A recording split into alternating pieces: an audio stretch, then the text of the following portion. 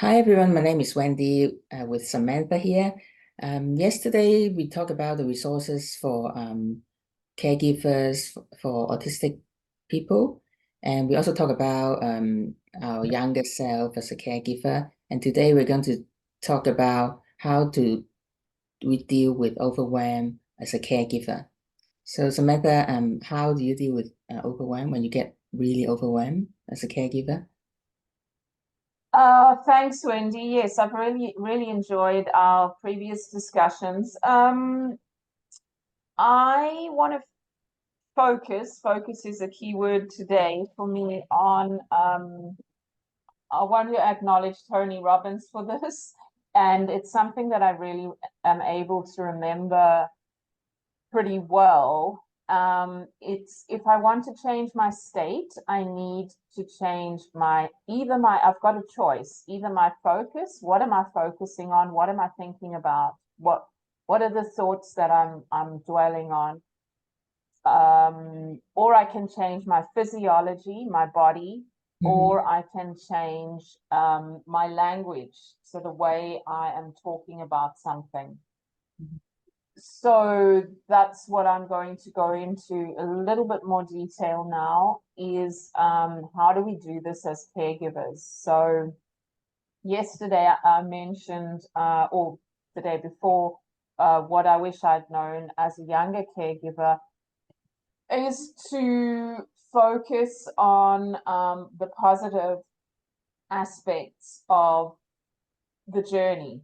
Hmm. The problem, I mean, I am so grateful to NDIS and the support we've got from NDIS, but getting the reviews and getting the NDIS support means that we need to focus on the negative, what the person can't do.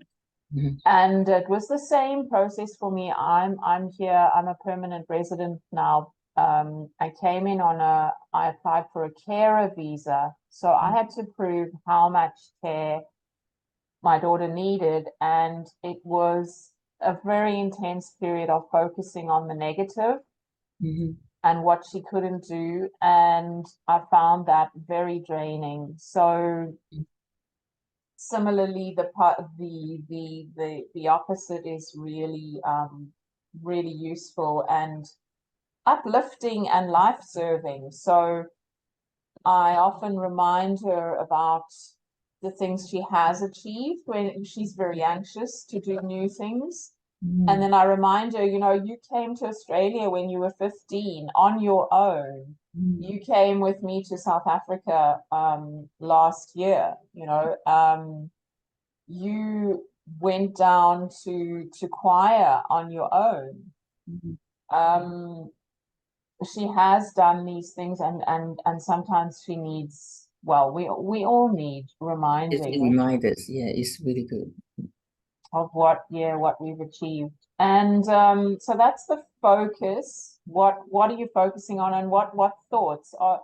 Carers will often feel guilty. So I'm not doing enough. I'm not doing enough. I'm not doing enough. If you tell yourself that enough, of course you're gonna feel overwhelmed. So what can I replace that thought with is reminding myself of all the things that I have done Mhm. to support my daughter.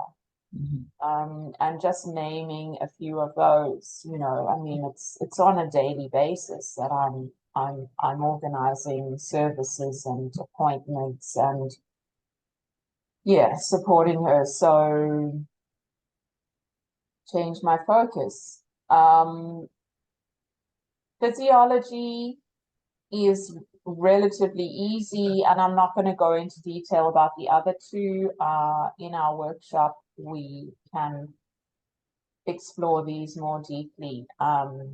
Changing my state through my physiology. I do the cold water swimming. I love the saunas, green smoothie, things like that. Change our physiology, and then language. So yesterday my daughter called me, and I'll just finish with a story.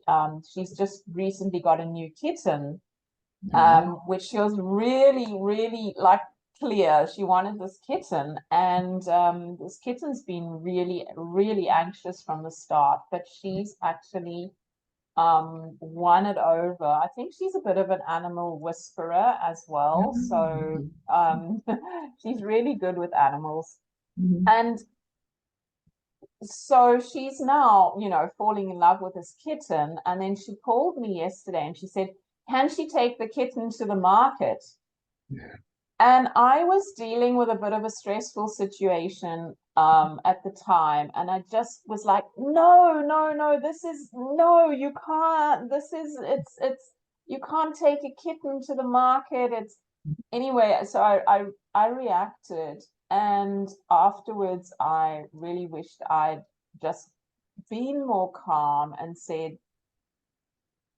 I'm hearing you're feeling very close to the kitten and you want to show, I'm guessing you want to show the kitten to other people and connect with other people in that way, and it's like a companion, and it's giving, makes you feel less anxious and all of those things. And then go into, well, I don't think that's a good idea. And thank you for, checking with me, because, and these are the reasons why I don't think it's a good idea. So yeah, that's language, and the way we use language is really Yeah, it's also your makes a thoughts huge as well. difference. Sorry? Yeah, it's also your thoughts as well, isn't it? Like how you talk to yourself, and how you talk about the situations. Yes, yes. And forgiving myself for, yeah, I That's have the thing. something that's quite stressful in my life at the moment. That's related to my, basic security. And so yeah, I just reacted out of that space, and also past events that have triggered, have been very stressful with her certain behaviors, and I just went back into that. Mm. and yeah, just having support to come out of that, and remember, okay, this is how I want to show up in the world. I want to be someone that is able to focus on what is the other person needing, instead of reacting to them. Yeah, that's really valuable tip. Yeah. And it's practice, practice, practice, practice. So yeah. Thank you, Wendy. What about you? What are your most useful tools Yeah, for coming out of overwhelm or stress? yeah, I guess it's about the mindset. As my mom, we have a tendency to take care of everyone else needs first before our own.